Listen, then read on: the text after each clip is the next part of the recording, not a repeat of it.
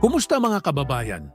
Kung mahilig kayo sa biyahe at nature trip, nandito na naman tayo para pag-usapan ang mga hidden gems sa Pilipinas. Hindi ito yung mga typical na destinasyon tulad ng Boracay o Palawan. Sa video na ito, i-explore natin ang top 10 hidden gems na siguradong hindi pa masyadong kilala pero sobrang ganda. Halika, samahan niyo ako.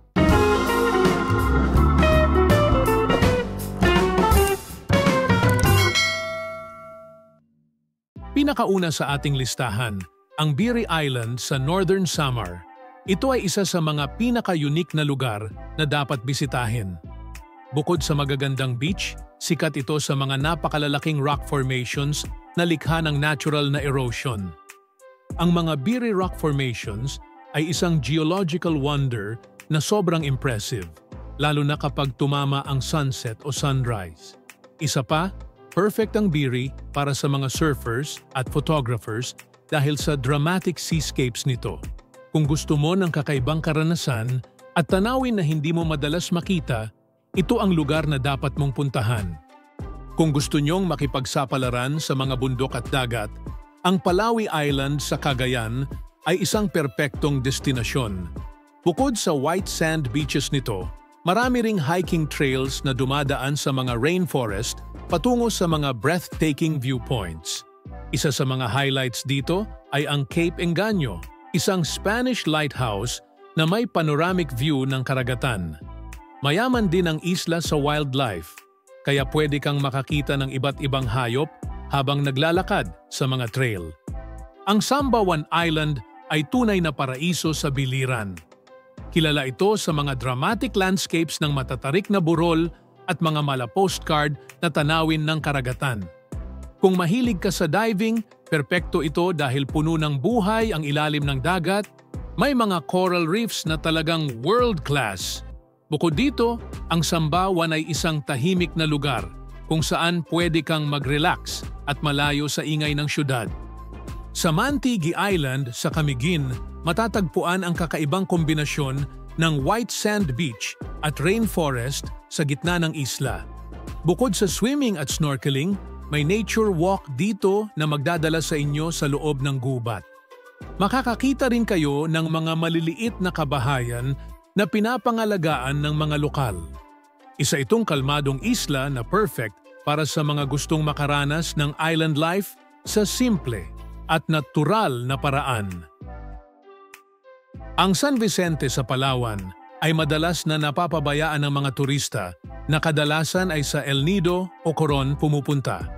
Pero ang San Vicente, lalo na ang Long Beach nito, ay may 14 kilometers ng white sand, ang pinakamahabang beach sa Pilipinas.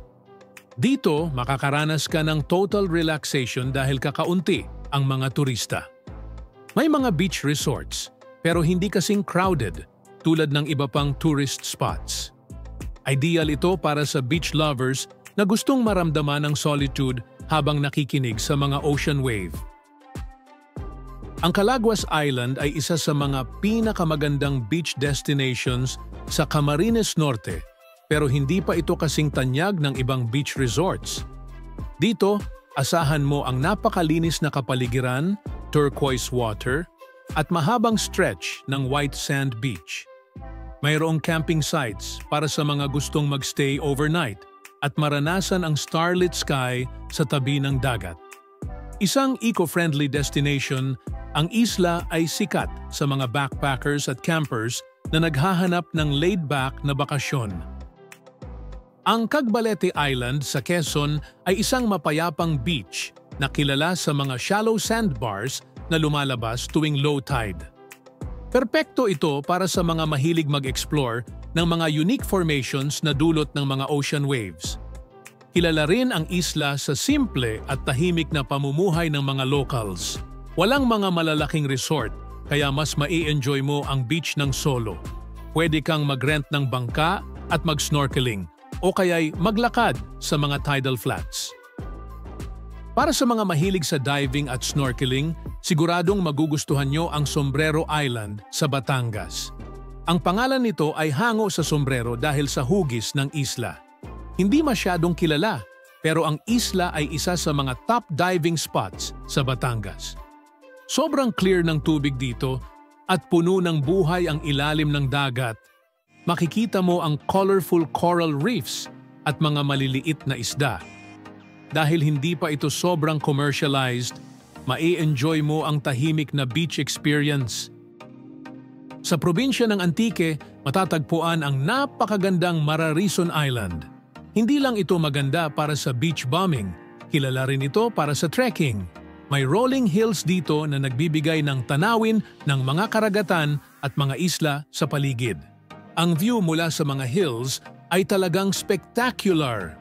Pwede ka ring mag-snorkeling sa malapit sa bay at makita ang mga vibrant corals. Mararison is perfect for nature lovers who want to combine hiking and beach adventures. Bago natin i-reveal ang ating top 1 destination, narito ang iba pang mga natatagong yaman ng Pilipinas na siguradong worth puntahan at bisitahin.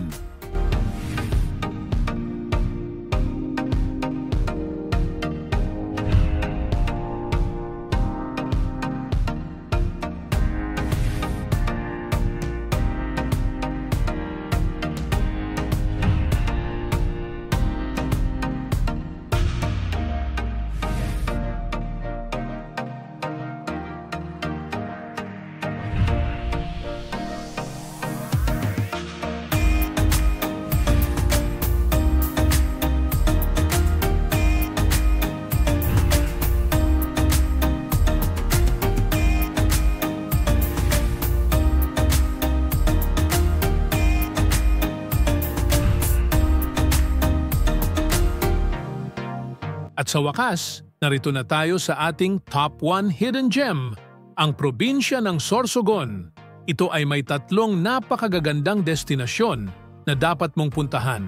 Ito ang Tikling Island at Subic Beach na parehong nasa Matnog at ang mga beach ng bayan ng Santa Magdalena.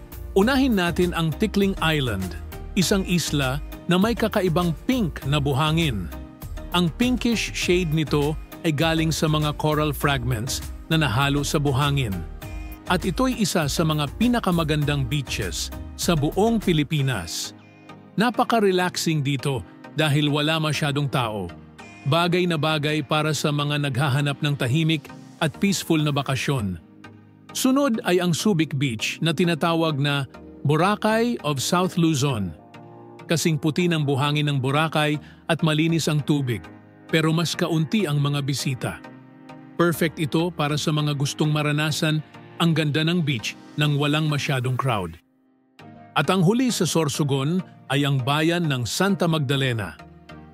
Hindi masyadong kilala ang lugar na ito, pero napakaraming beach ang pwedeng i-explore dito tulad ng Olango Beach. Dito, mas mararamdaman mo ang katahimikan at ganda ng kalikasan. Pero meron pang mga natatagong spot na bihira pang puntahan gaya ng Beata Beach and Sanctuary, isang malaparaisong lugar na halos walang tao, perpekto para sa private getaways. Hindi pa gaanong kilala, pero ang ganda ng beach ay talagang kahanga-hanga.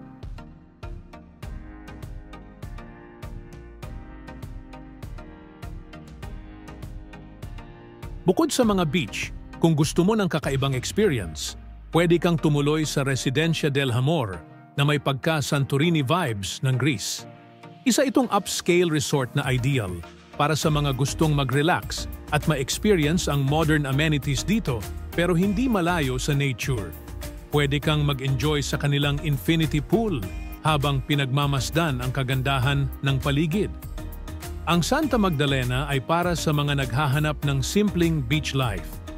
Ang mga locals ay napakabait at makikita mo ang tradisyonal na pamumuhay ng mga mangingisda. Kung trip mo ang mag-relax sa tabi ng dagat, ito na ang perfect spot. So ayon mga kababayan, ito ang top 10 hidden gems ng Pilipinas, mga lugar na hindi pa masyado popular pero punong-puno ng kagandahan. Kung ikaw ay naghahanap ng adventure o simpleng pahinga, ang mga destinasyon na ito ay siguradong swak sa iyong travel bucket list. Kaya sa susunod na plano mo ng bakasyon, tuklasin mo na ang mga ito.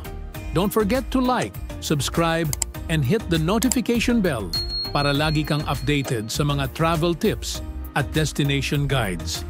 Salamat at kita-kits na lang sa susunod na adventure.